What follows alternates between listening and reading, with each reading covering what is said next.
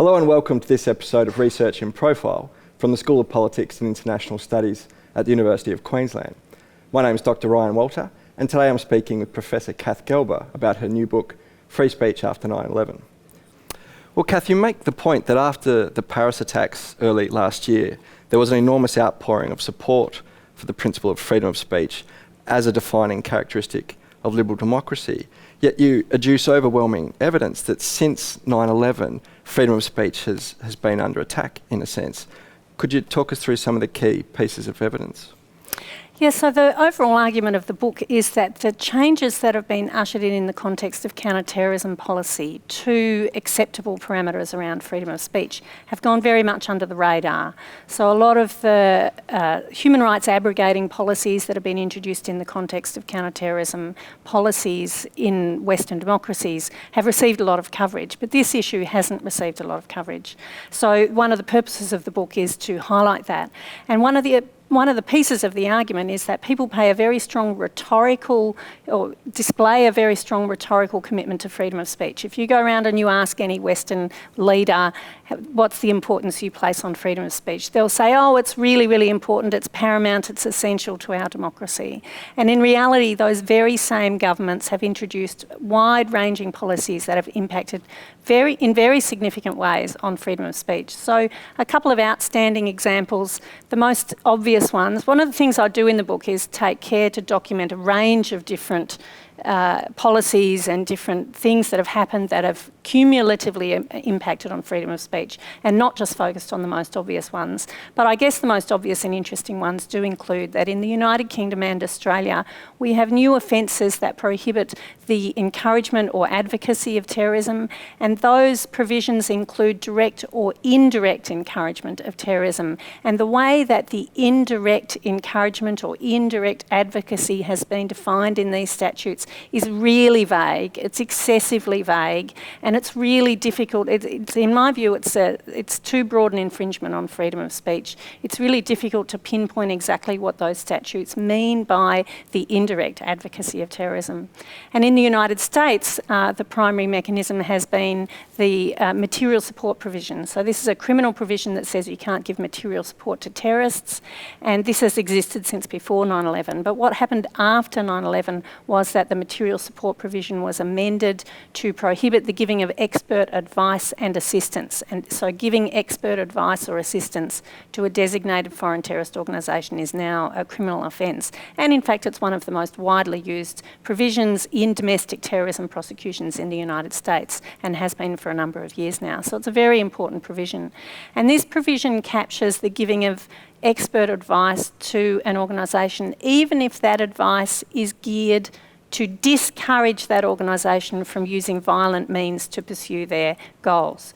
Even if if what you're trying to do is to encourage people to use international law and peaceful means of resolution, it can still be captured by the definition of material support. And those three countries that you mentioned, the US, the UK and Australia, they form the core of the book. And one of the key findings is that even though they've all moved in this same direction, the institutional differences between those countries can help us understand the differences in the legislation. How, for example, do the institutional differences play out between the US and Australia? Well, one of the things that I just mentioned to you, the difference between the advocacy and encouragement offences in Australia and material support in the United States, that's one of the examples of the institutional differences. So in the United States, of course, you have the First Amendment. So you can't overtly introduce a new criminal law that says it's an offence to encourage terrorism or to engage explicitly in speech-based activities that encourage terrorism. So they couldn't do that because of the First Amendment, so instead they used the material support provision. And even though there was a challenge to the material support provision on First Amendment grounds that went all the way to the United States Supreme Court, in making its decision on that challenge, the United States Supreme Court came to the conclusion that if the executive arm of government thinks that these kind of speech-based activities are sufficiently serious to warrant criminalisation, then okay, we're going to go with that. So it was arguably a pretty significant development in First Amendment law on top of everything else. So that's one example of the differences. But the point that you're right, the point that the book makes is that there are extraordinary similarities in spite of those differences forcing countries into particular policy options that were possible within their context. So in the United States, you had the First Amendment. In the United Kingdom, you've got the Human Rights Act and the associated paraphernalia around the human rights mechanisms to do with how the Parliament operates. And in Australia, you have the weakest human rights protections of all. So it was a really interesting comparison that in those three countries, even though institutionally you have really, really different mechanisms for the protection of free speech and really different parameters around the degree to which free speech is protected, so really strongly protected in the United States, and then middlingly in the United Kingdom, and then weakly in Australia, you still, in spite of those differences, had these remarkable similarities in the substantive impact of the policy on freedom of speech and in the justifications used for those policies. So I tracked the justifications in the three countries,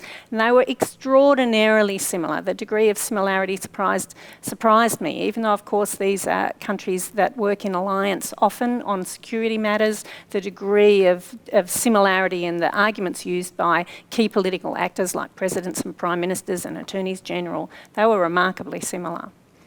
And staying with your focus on the substantive content of the legislation and its effects, one of the key analytical moves that you make in the book is to say that other scholars have construed the regulation of free speech in overly narrow terms. So, for example, the fact that the US hasn't made the glorification of terrorism an offence, which some scholars have held up as, a benchmark that we haven't crossed the threshold.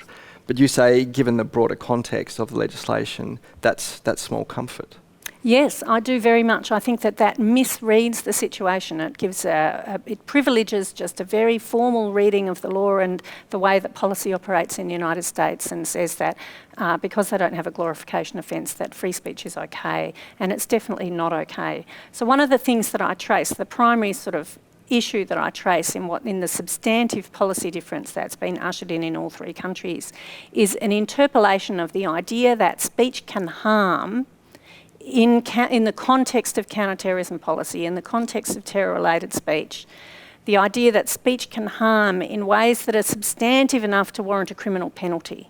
And what's really, really interesting about that is that I compare the way in which the harms of terrorist speech have been introduced into the criminal law in all three countries, with the way those three countries treated comparator policy areas. So I think the two best comparators are hate speech and sedition. And to simplify it somewhat, in all three countries, sedition was treated as pretty much an anachronistic type of offence by the time of the turn of the 21st century, and hate speech in all three countries is regulated. Well, it's not regulated in the United States because of the First Amendment. It is regulated in the UK and in Australia, but in quite delimited ways. And so what we have now is this new category of harmful speech, which is terrorist-related speech, which is conceptualised in this really grandiose, wide way that captures a huge range of speech-based activities that might in some way be connected maybe to terrorism, but it doesn't even require that the person who's engaging in speech-based activities is a suspected terrorist or is suspected of being in some way convinced to commit terrorism. They might just be family members, or they might be acquaintances, or they might be third parties who have no knowledge whatsoever themselves of terrorism, but have still been subjected to significant free speech limitations in that context. So the primary argument of the book is that speech-based harms have been interpolated into criminal law in the area of counter-terrorism in a way that is markedly different from how speech-based harms have been understood in criminal law in comparable policy areas. Well, finally then, Kath, if we can pick up a theme that you've mentioned already, which is the rhetoric of leaders in these three nations.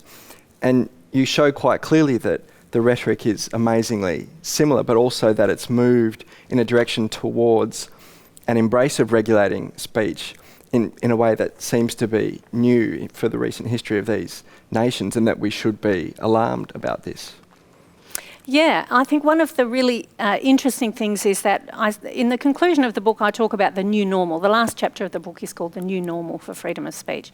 So the argument there is that these policy changes were wide-ranging, they were significant, but they're now so normal. They're now the background to how we conduct politics, particularly in the area of counterterrorism policy.